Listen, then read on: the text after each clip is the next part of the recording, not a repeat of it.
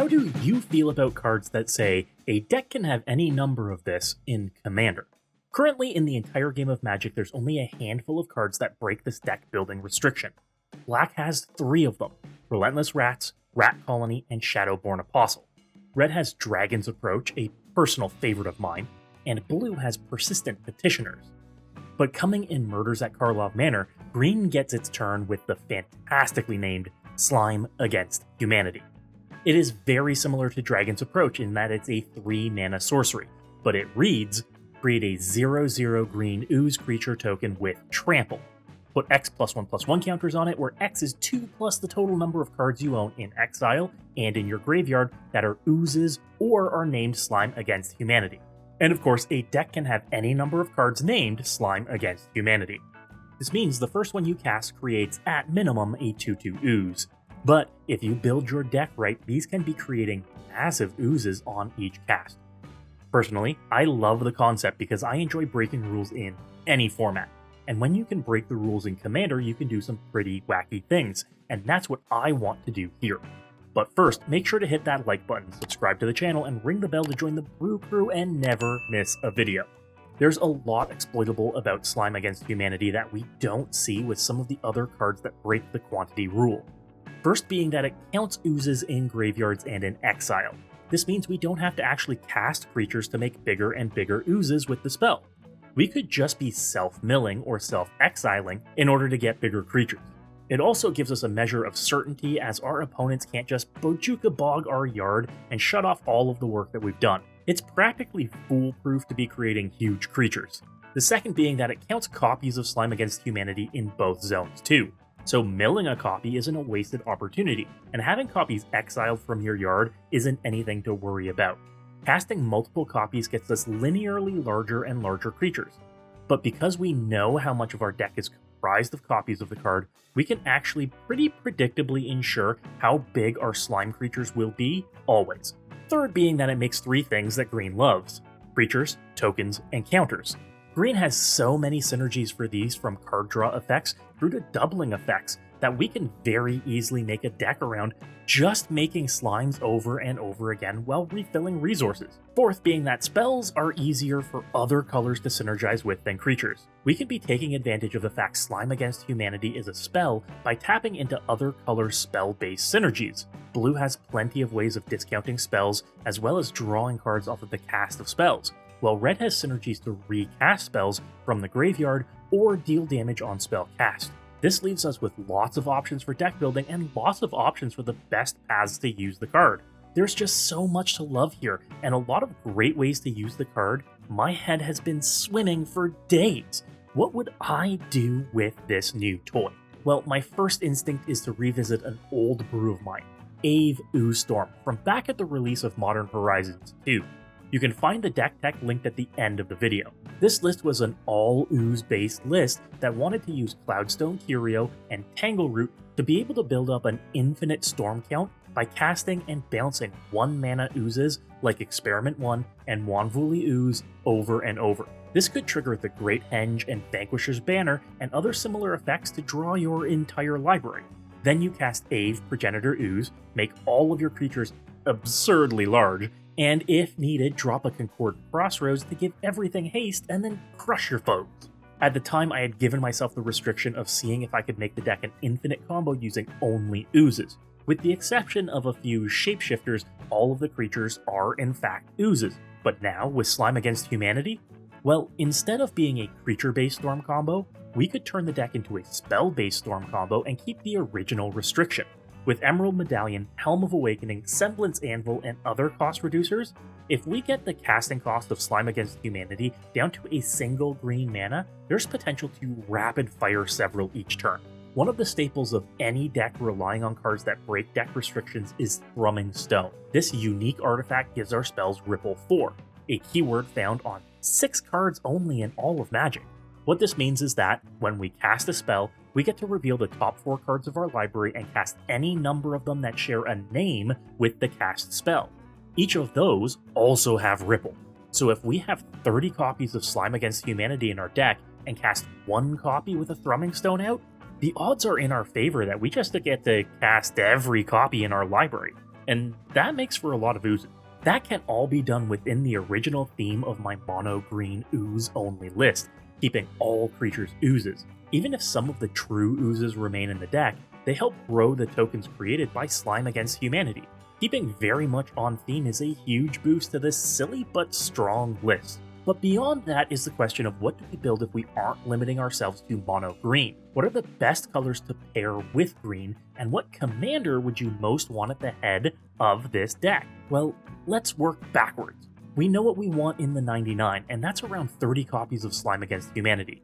With about 38 lands in the deck, we're looking at 31 cards to fill the rest of the list. Only 30 if we go with partner commanders for whatever reason. One of my first instincts is to further break the rules of Commander by shrinking your deck size.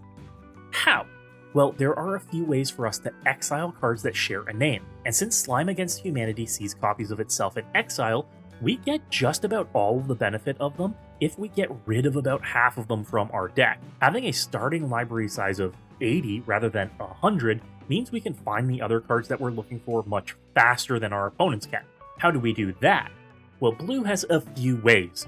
Invasive Surgery, Selective Memory, and Test of Talents can all achieve this, sometimes for the small cost of countering our own spell. Then, let us exile a good portion of the rest of them from our deck. Then casting a single Slime Against Humanity can make us a 15/15 slime. Black has ways for us to do this too. Surgical Extraction and Lost Legacy both just have us name Slime Against Humanity and remove them from our deck. And because all of these options say any number rather than all of, well, we can pick and choose.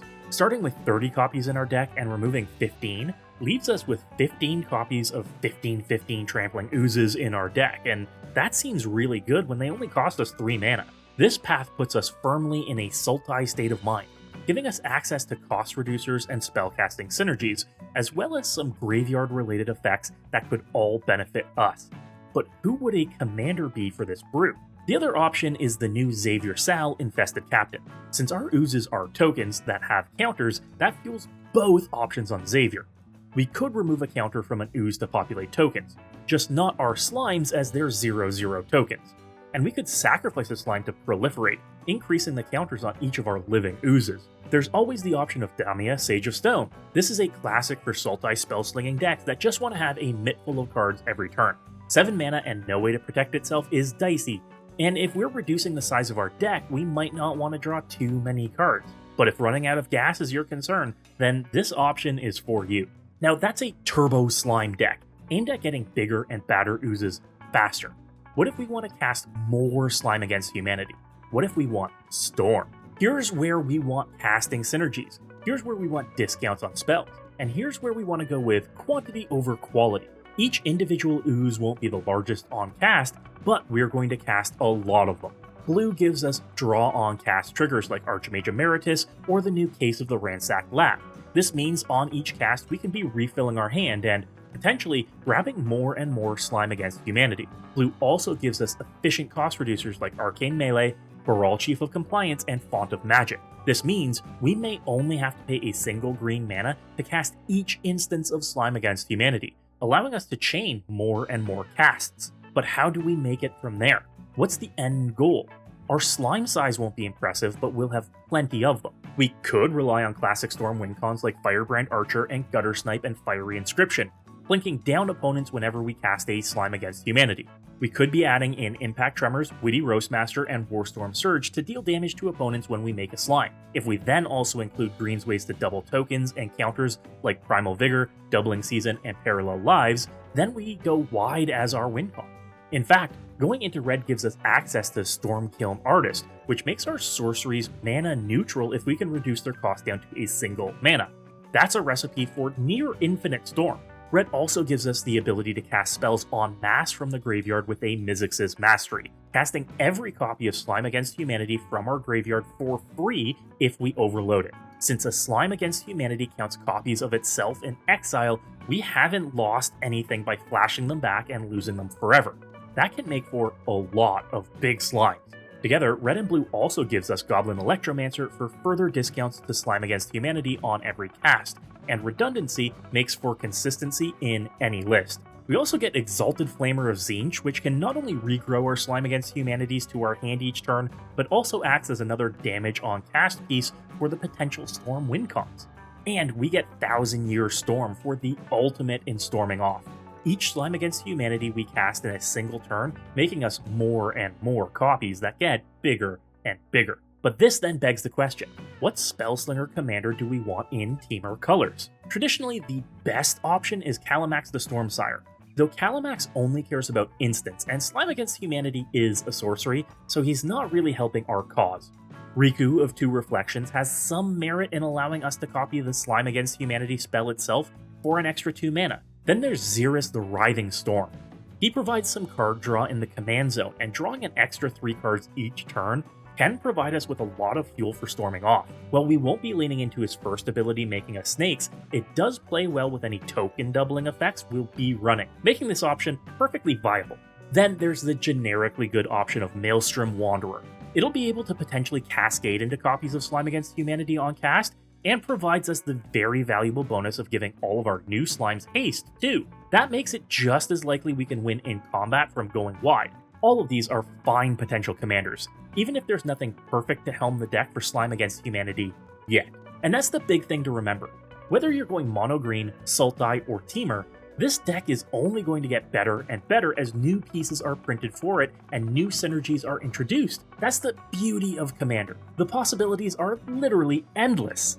Be sure to let me know in the comments which of these options is your favorite, and I'll do a full deck tech for it on the channel soon. But if you're looking to pick up as many copies of Slime Against Humanity as you can, be sure to check out my sponsor, Face to Face Games. With Canada's largest selection of singles and sealed product, they ship internationally fast, so you can have your cards for release day. Use my promo code MECHANIC for 5% off your entire order right now.